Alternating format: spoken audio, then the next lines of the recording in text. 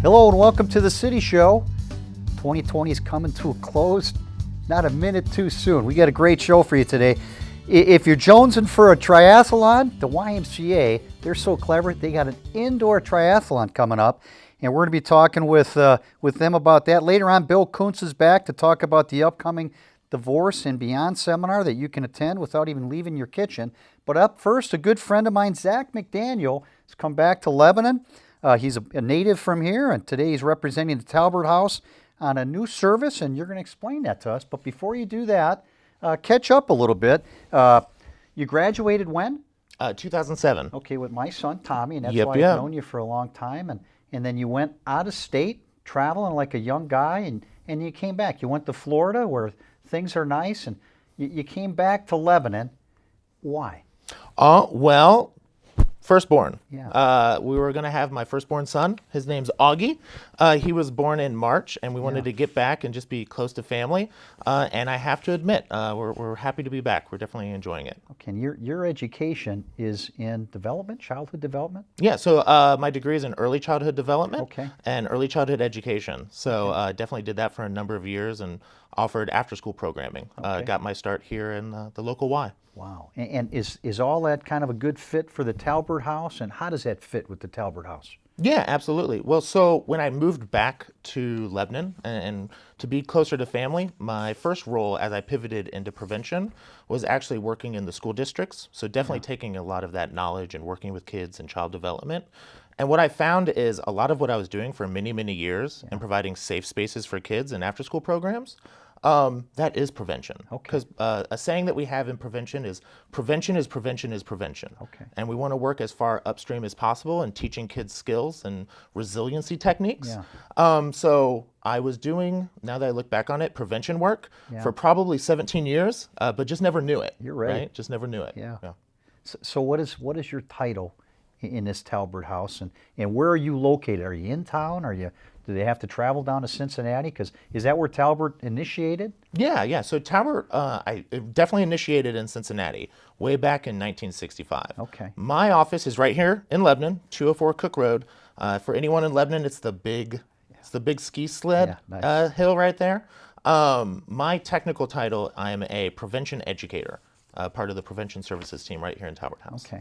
How do you identify people who might need your services? Yeah, well, for the prevention team, we hear a lot of people say, oh, we don't need your services, everything's fine, there's no red flags or issues that we're having. But the truth is, those are the exact people we want to work with. Because like I said, if there's one thing 2020's taught us, it's that we never know what obstacles are around the corner, right? There's always some challenge. But if we can teach those resiliency skills early on, then it doesn't really matter what the challenge is. We're able to tackle it head on, right? And when you say prevention, are you talking about alcohol, drug abuse, suicide? What are you talking about? Because that's a broad. Oh yeah, absolutely. Well, prevention can be a wide variety of things. So we definitely do alcohol awareness prevention, understanding low-risk drinking guidelines, those sorts of things. We do a training called QPR, which is focused on suicide awareness prevention. That's a really big one right now that we're offering. I'll go as far to say that the board, for any businesses out there, is actually offering a small mini grant to cover any hidden fees or costs, although all of our trainings are free. Everything that we do in prevention is always free to the community.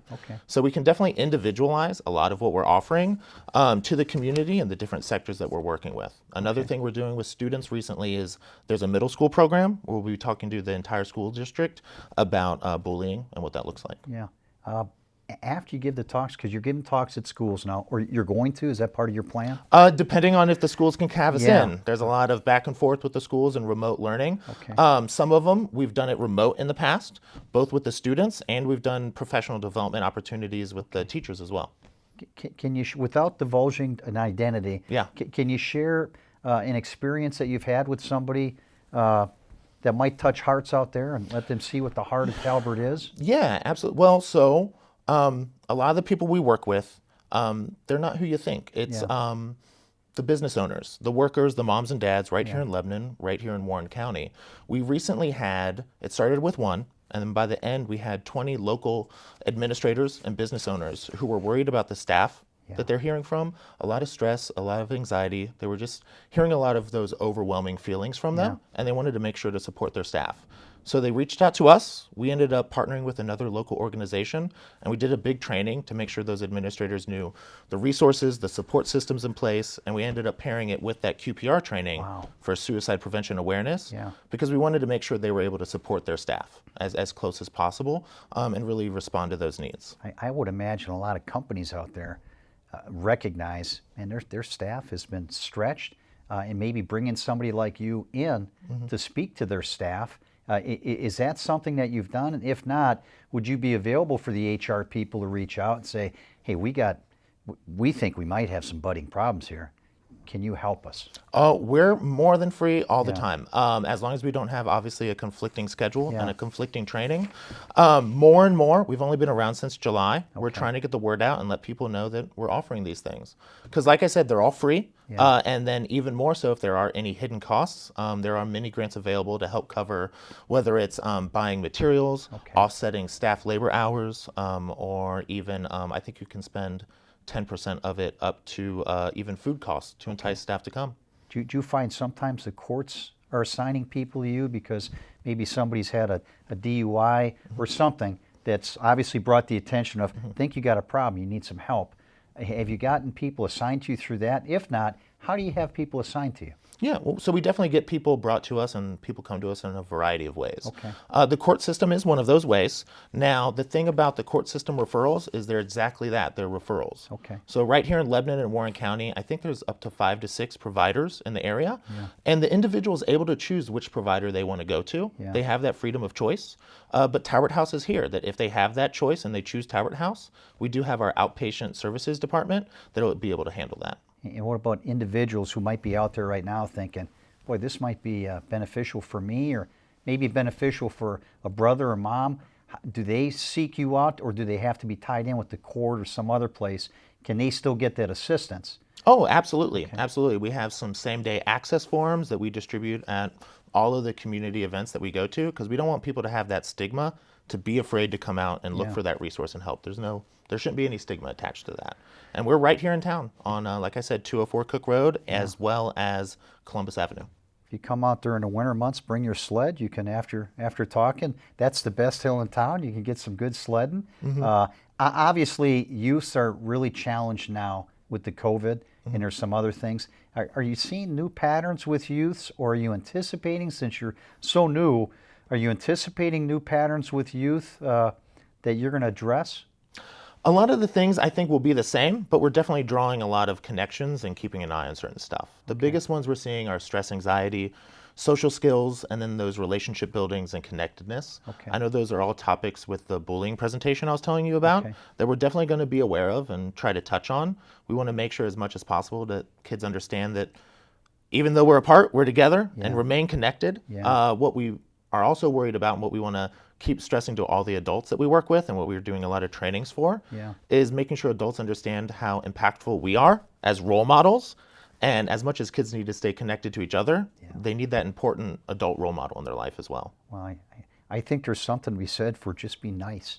Exactly. You know, we foster, I think, hatred and all that other stuff, and there's something to be said for being nice, opening the door, helping somebody out. What about other organizations in town? Are you getting any assistance? I know the churches really help with providing beds, and I think they rotate that. I'm not sure what the name of that is, but do you house people if they need a place to stay? Or do you work with other organizations that might assist in that capacity? We're always partnering with organizations. In different communities, there's obviously different organizations to partner with. Right here in Warren County, I can tell you some big ones we're partnering with right now are the Substance Abuse Prevention Coalition, located right here in Lebanon, Ohio, as well as Warren County Connect, which what they try to do is bring all the prevention teams together through various organizations and make sure that our efforts and our resources are really targeted and focused. That way we're not wasting any resources or anything along those lines. Another organization is the Safe Communities Coalition, which is really heavily focused on safe driving techniques and those sorts of things. Now, there are a few other organizations that are very similar to you, but we don't have just a monopoly on that. Now we have a variety. How did that come about, and what are your feelings on that? Yeah, absolutely. I really love it. So everything we do, big thank you to the Mental Health and Recovery Board Yeah. who helps fund our program. But one of their big pushes has been to make sure that the residents of Lebanon and Warren and Clinton counties have a variety of providers to go to. That way, they can choose what is best for them. And I'm a big proponent of that. Just because I work at Talbert House, I do believe that there should be multiple options for every individual. So I'm thrilled to know that there's not just Talbert House, but there's 4 or 5 other organizations and providers in the area. That way each individual person can find the one that's best for them. Yeah, and again, the fit's going to be different, and that's so neat that you have that attitude, because people don't always have that. It's more competitive, and the fact that you realize, hey, the more and we're coming together and we can help more people, that's fantastic.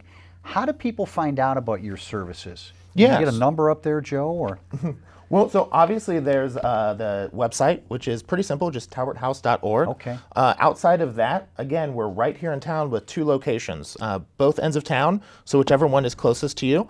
There's the 204 Cook Road, which if you're not familiar is close to Donovan and the big hill we keep referencing, as well as the location right there on Columbus Avenue.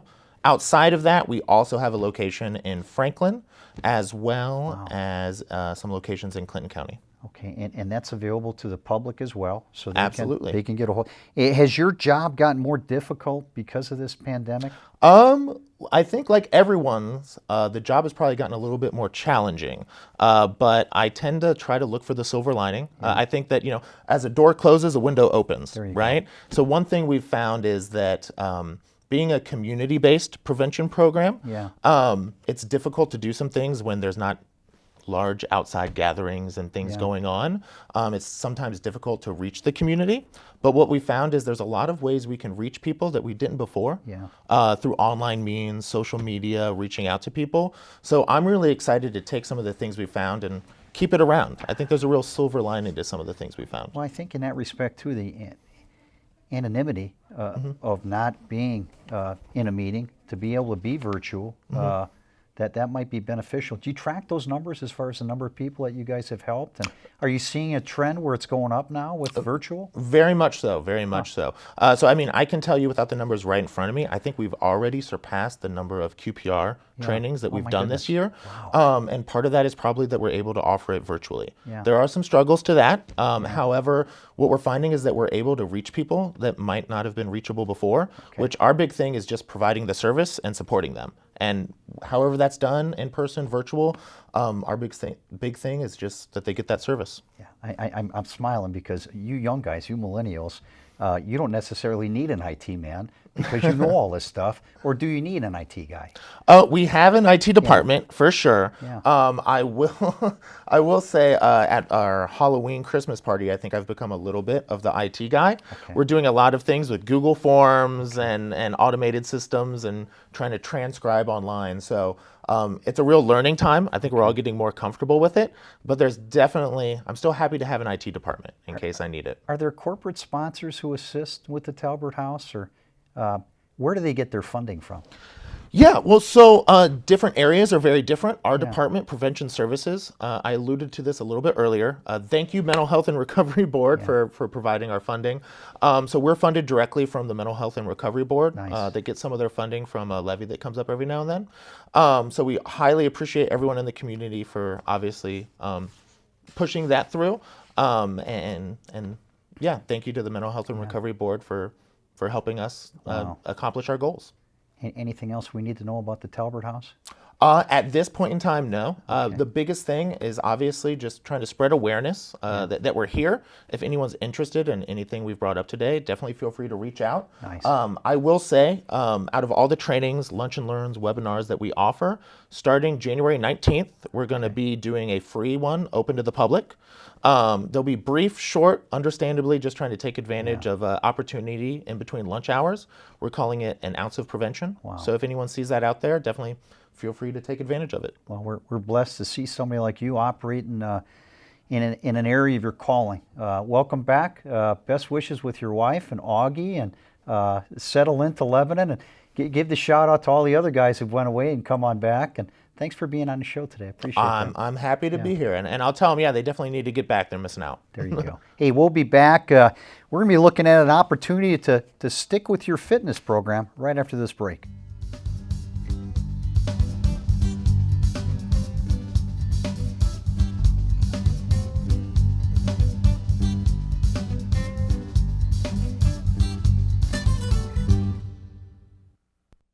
Break your fast food habit at Kelly's Meats and Deli at 1001 West Main Street in Lebanon. Stop in for a quick lunch featuring made-to-order sandwiches, tasty sides, and mouth-watering daily specials. For dinner, Kelly's offers fresh-cut steaks, chops, and seafood, plus a variety of prepared dishes that only need to be reheated.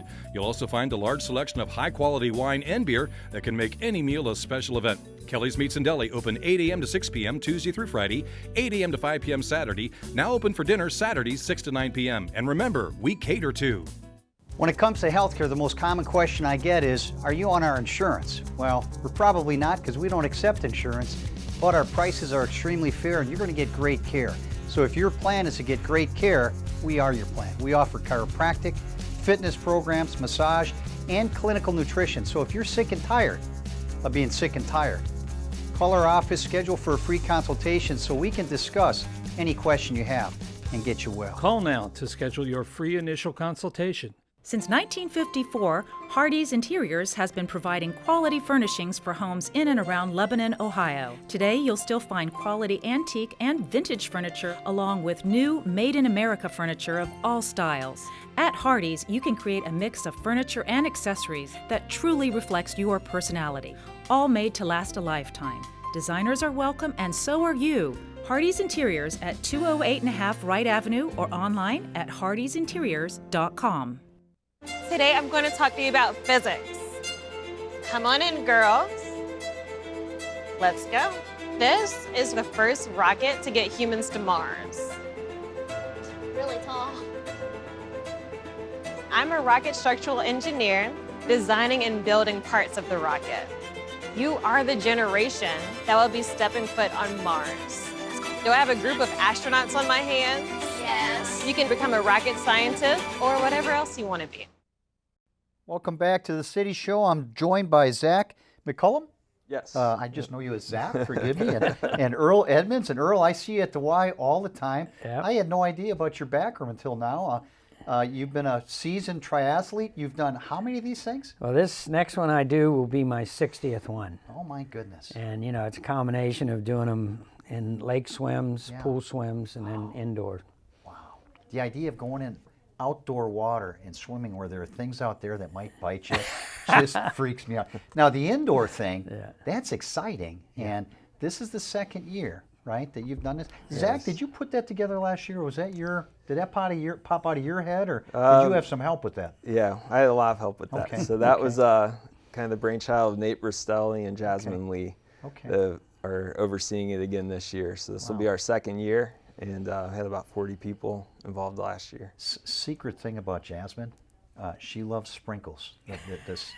She's afraid of it. So the glitter. She loves glitter. Last year you had 40 participants. Yes. And you were involved in this? Yeah, I did it. It was the first one. Okay. And the amazing thing about it, I thought, was the fact that they had it so well organized. Yeah. And had it all set up for transition areas, and went very smoothly, and I thought they did a great job with it. Okay. So, and that coming from a seasoned guy, how many seasoned people percentage did you have versus people who were just, boy, I'd love to do a triathlon, but they scare me because they're too big? Is this a stepping stone for someone who might be a beginner? You know, I think an indoor one like this is a good starting point for someone who's never done one. The lake swims are obviously more challenging because they're directional and swimming and everything, and it's a little more hectic. But the indoor, I really think people who are interested in trying one should start with an indoor. And there's not many of them around. In fact, this is one of the only ones this year is up at Countryside Y. Let's talk a breakdown on this, okay? You got to swim, you got to run, and you got biking, right? So what's the distance on the run outside versus how are you running inside? Okay, this one I would compare to what you call a sprint outside. Okay. And the way they do it, they set it up by time. Like you swim, they've got it set up for beginners could swim 10 minutes. Okay. Seasoned one people can swim 20 minutes. Okay. 20-minute swim is very similar to what you would do outside, a half-mile swim, you know, somewhere around there. Now, there's younger guys can certainly swim it a lot faster. And then you break it down, you get into the biking. there is 20 minutes for a new person and 40 minutes for someone who's done it and is used to them. And the 40 minutes is probably very similar to what you would do in a sprint outside on a bike. Wow. And then the conclusion would be a 30-minute run for seasoned people who've done them. And I think it's a 15-minute run for people who are just trying one and they want to see what it's like. My goodness, that sounds amazing. COVID concerns on this, because you're bringing people together. How are you managing that so people can feel safe? So we have. You're making them wear a mask when they swim? Well, they have to wear a mask when they come in the building, but when they get ready to actively exercise, they can take that off. Yeah, okay. But we have 8 different heats planned, so the first 6 heats are more for the average person. You put the beginners by themselves. You're not going to put a beginner next to this guy. No, okay, he's probably the gonna be shame will one of just be those- like, man, I got beat by this old guy. They'll just remember. Don't That's you hate right. that? Yeah, You know, yeah. I remember when I got the haircut and I saw all the gray hair in the ground. I was like, where's the old guy? And it's me. But you probably enjoy beating on these young people too a little bit. Well, it's interesting. And the tries I do, a lot of the young people, they're really a great group of people that do tries.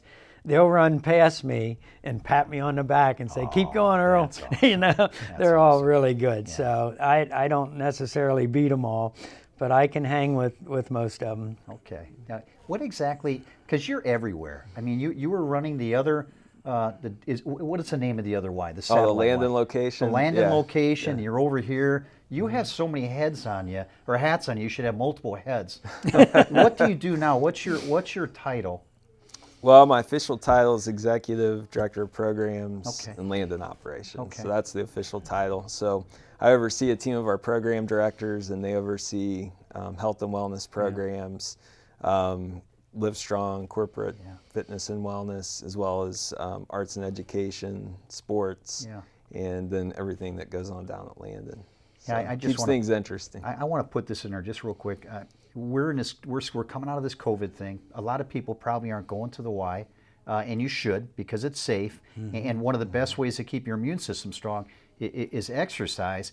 But if you're not, you guys provide so much support to the community. I mean, for us, my wife and I, that's part of our charitable giving, because you guys are a ministry, and what you do and how you do it, the quality people, and the job Chris is doing.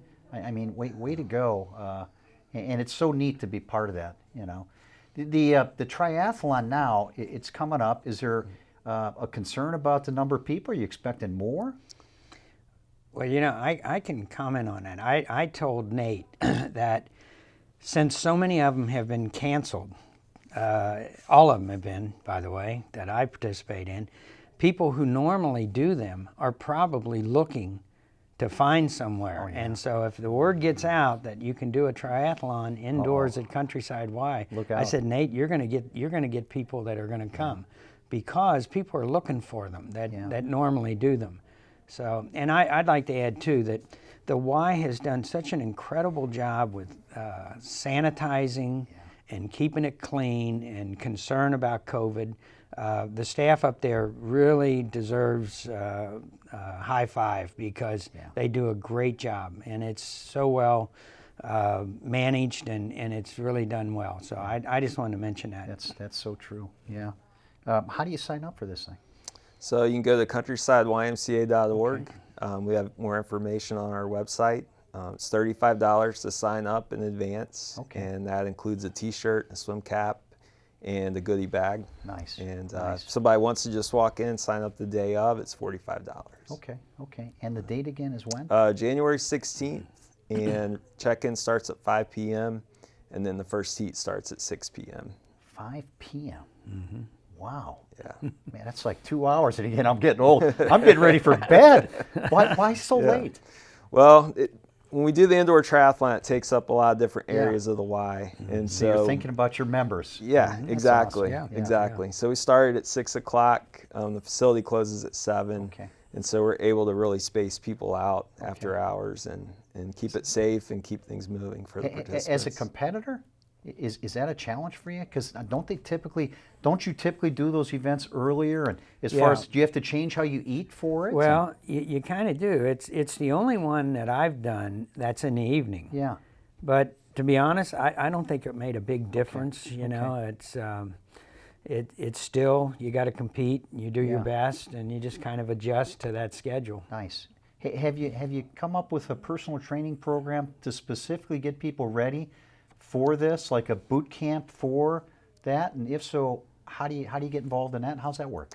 Well, we don't have any program specifically for the triathlon training, but all of our personal trainers are able to work with people and train them for different events and different competitions. I know Kim Schwieger's been in the water. Yes, I was going to say, Kim's the one to talk to. Kim has a lot of experience, and she's also our personal training coordinator, so she can get people connected with the right trainer and get them ready. That's awesome.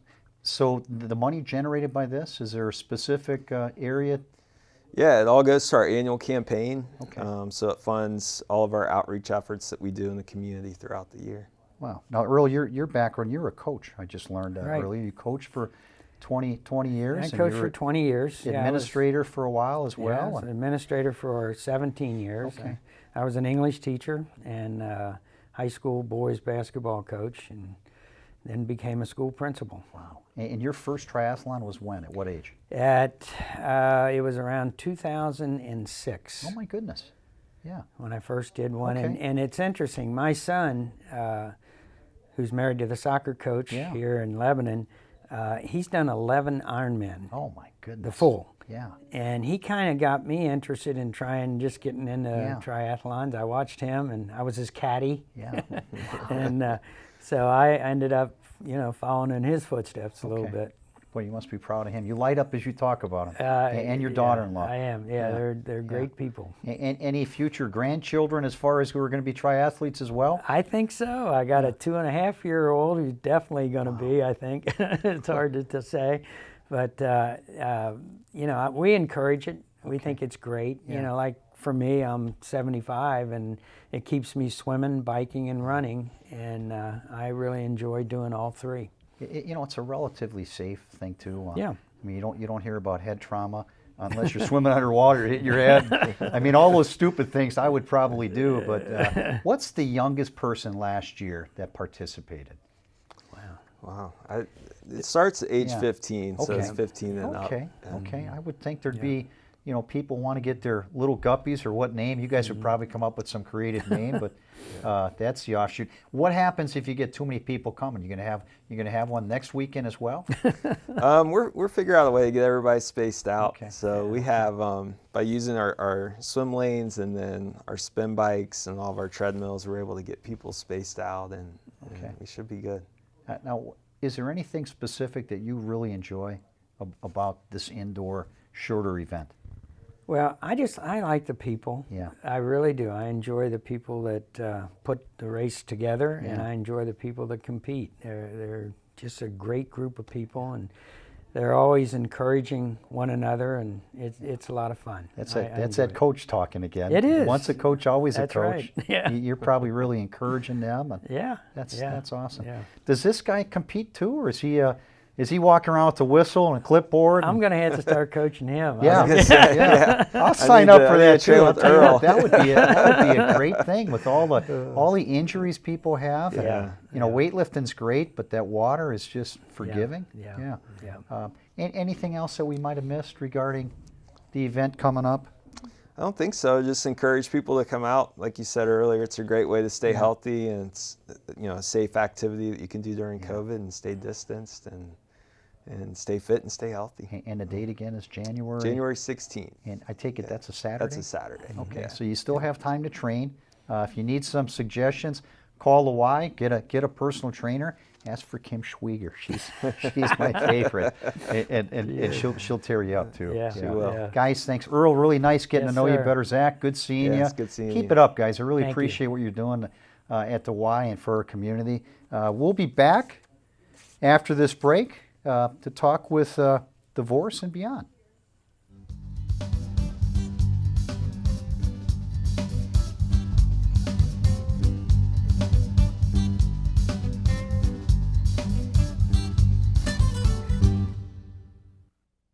Bob Pulte Chevrolet always gives you the best. Best price guaranteed. Best trade-in value. Best selection. Best financing on all new and pre-owned vehicles. See for yourself at bobpulte.com. And you'll love the Pulte price. You told me not to talk to strangers. You told me not to cross the street without looking both ways. You told me not to touch the stove. You told me not to do drugs. You told me not to drink and drive. You gave me so many messages about how to stay safe. Why didn't you keep me safe by properly storing your gun?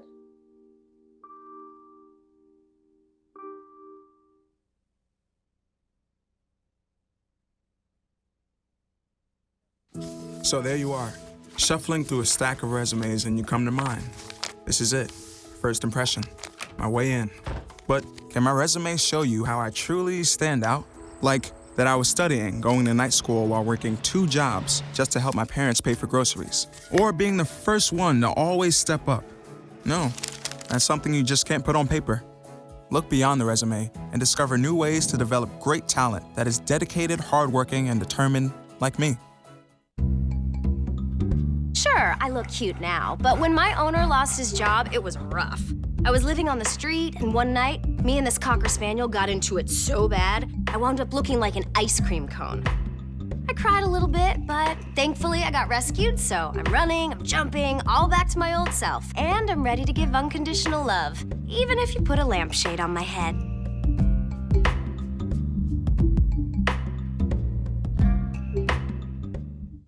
Bob Pulte Chevrolet always gives you the best. Best price, guaranteed. Best trade-in value. Best selection. Best financing on all new and pre-owned vehicles. See for yourself at bobpulte.com. And you'll love the Pulte price. Welcome back to the City Show. I'm here with Bill Kuntz.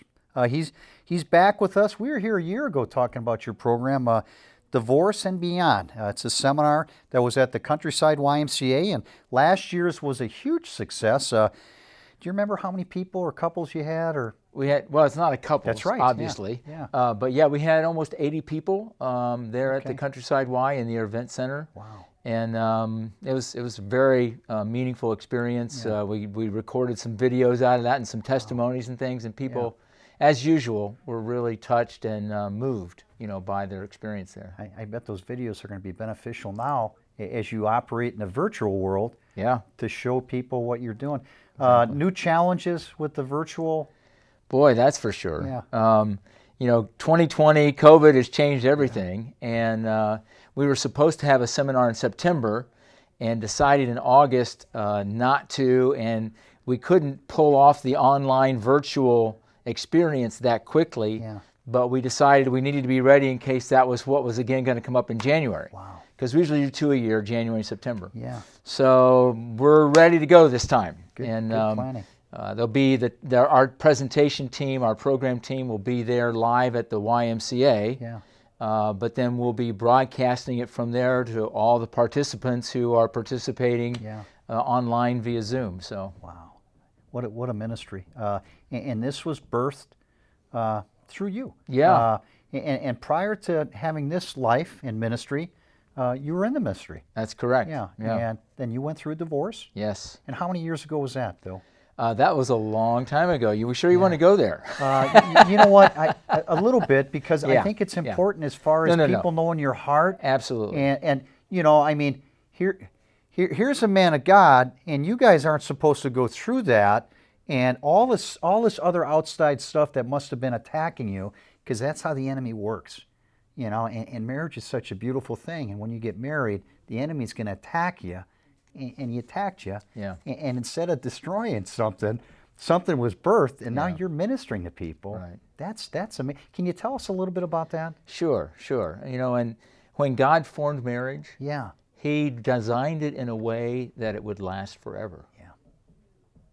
And when you follow those principles, and both people are faithful to those, it's a great experience of intimacy and design of our relationship with God. But when it doesn't, it is very painful to take apart what God has put together. Yeah. And so I went through that. It was 1988 was my divorce. Wow. And for 2 years I traveled through a very lonely journey of trying to figure life out after divorce and after ministry. And it was, I was getting together with another pastor friend of mine who continued to, play racquetball together after the divorce. And he had some people in his church going through it, a divorce. And he said, hey, would you be willing to sit down with some people and just kind of share the journey you've been on? And I said, hell no. I was way too fresh yet. I wasn't ready. A year later, he asked me the same question, again, right after a racquetball game. And that time I said, okay, I think I can do that. And so that was the birth of it. Then in 1992, we actually transformed that into a seminar, followed by a 13-week support group experience. And that's where we are today. And of course, it's gone through many modifications since then to keep upping the quality of the experience. And we feel very fortunate that God has allowed us to impact nearly 4,000 people now over the last 28 years, and kids. I'm sorry, how many people? 4,000 have gone through. 4,000 adults and children. That's amazing. Have gone through the ministry, and their lives, their lives are testimonies of the value that this played in their lives. Now, is this extended outside of Ohio now, or is it still in a local setting? It's Southwest Ohio. Okay. In 1992, the seminar developed at the Vineyard Community Church in Cincinnati. And it was birthed there, housed there for 25 years. And after 25 years, we decided, gosh, let's partner with other churches. Let's get this out. And so now we have a partner church organization design model. And churches partner with us to promote the seminar, to fund the seminar, to market the seminar. And so that's how we do it now. I think that's how God wants us to work, but churches put up the walls, and sometimes the walls, they get in the way. So you're going over the walls, through the walls, and that's amazing.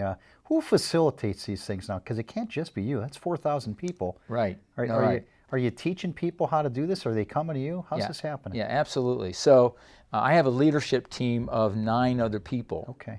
And each one of them has specific areas that they lead and oversee that are a part of this ministry.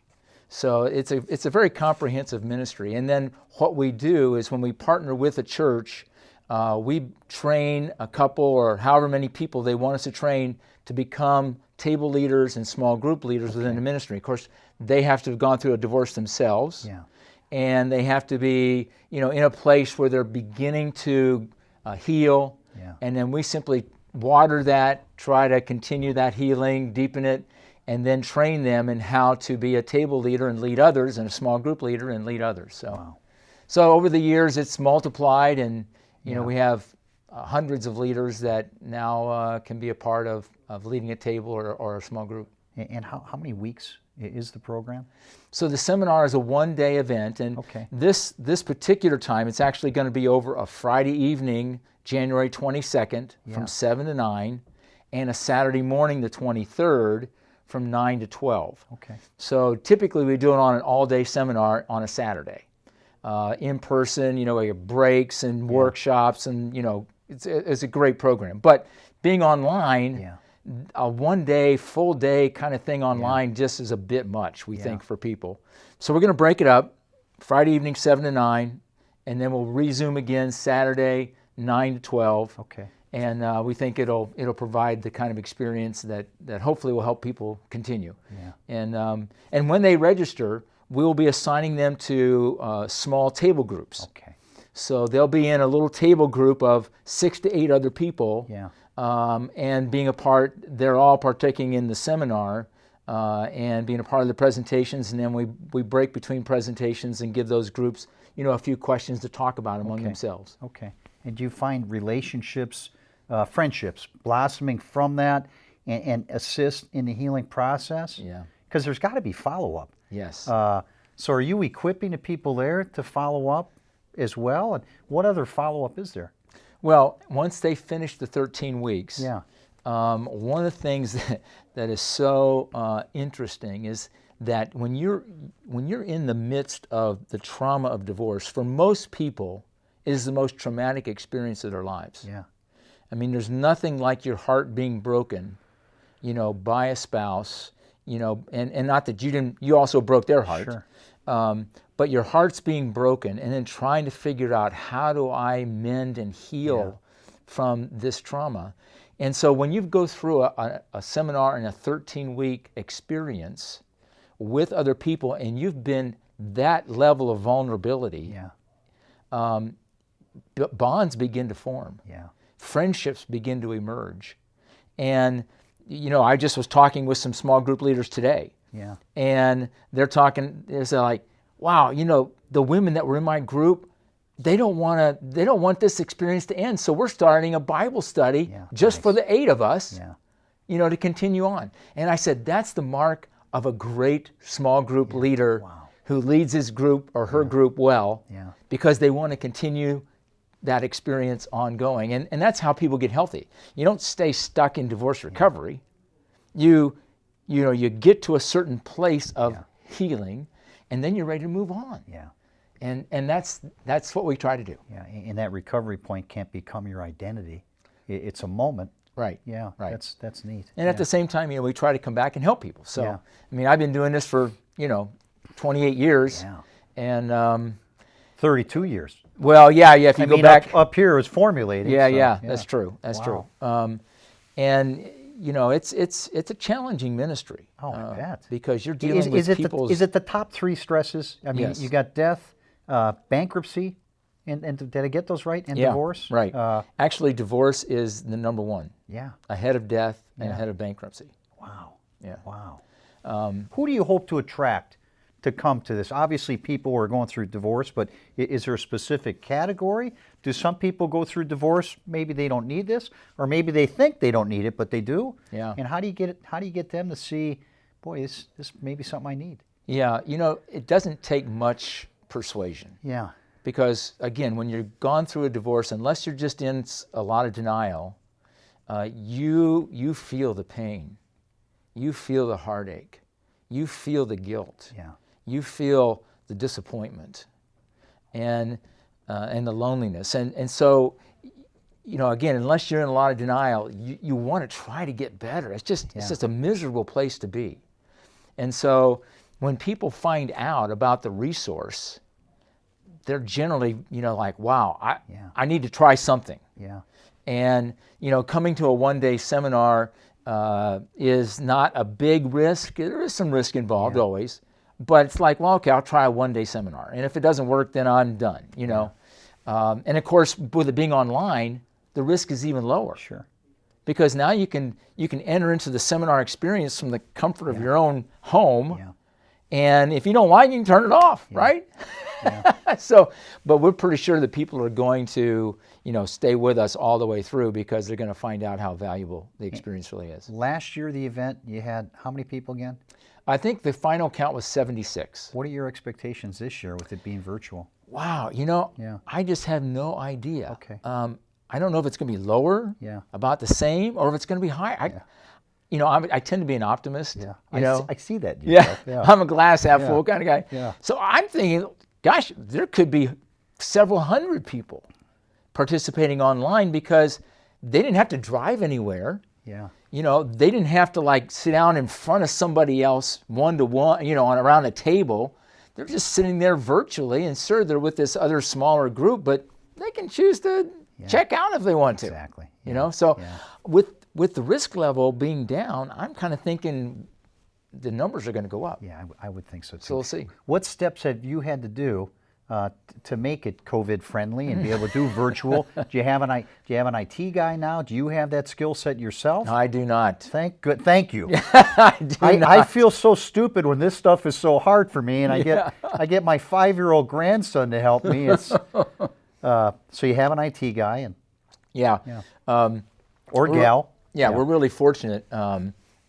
We've had a husband and wife who got remarried out of our ministry, and they now serve as our production team. The two of them, they're very skilled. They're both IT people, and they do the PowerPoint, the sound, and the video, and all that stuff. Well, now though, and we're very fortunate, because Antioch Church meets in the event center of the YMCA, and this last summer, because of COVID, the Antioch Church invested in live stream technology. Okay. And so we're able now to use that technology. They're letting us use that technology in the event center to be able to put this into the Zoom format and Zoom it out to the people that register. And so this is going to be the first ever Divorce and Beyond event at the Y virtually. Right. You're making history. That's right. So if you want to be part of a new initiative and a historic event, make sure you join us. So the people are online. Can they elect to be seen and discuss and interact? Correct. It'll be So just either like or. It'll be just like any other kind of Zoom event. We anticipate most people will, choose to use their video, but they don't have to. Yeah.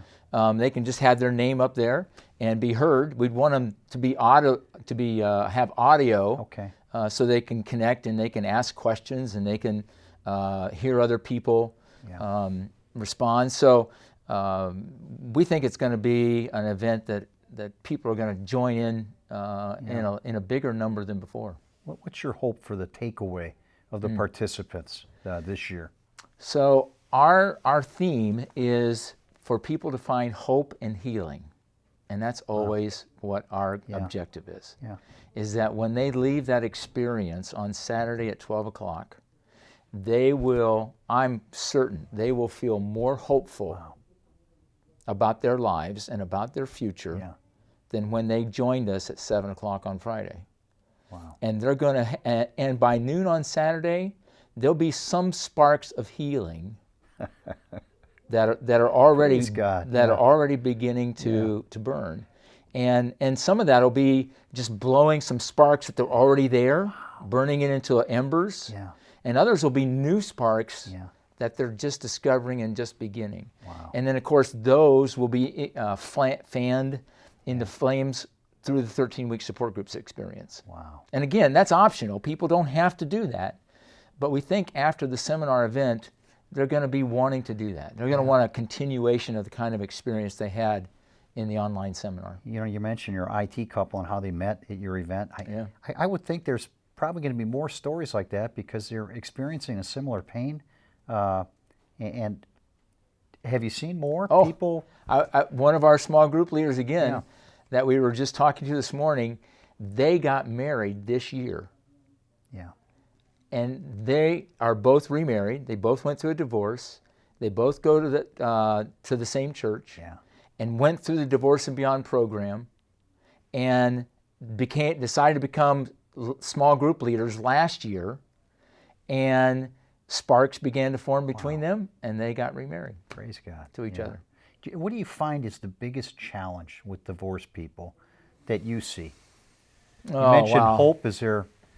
I don't know that I can identify one. Yeah. The things that we typically see is that people are they struggle with denial. Yeah.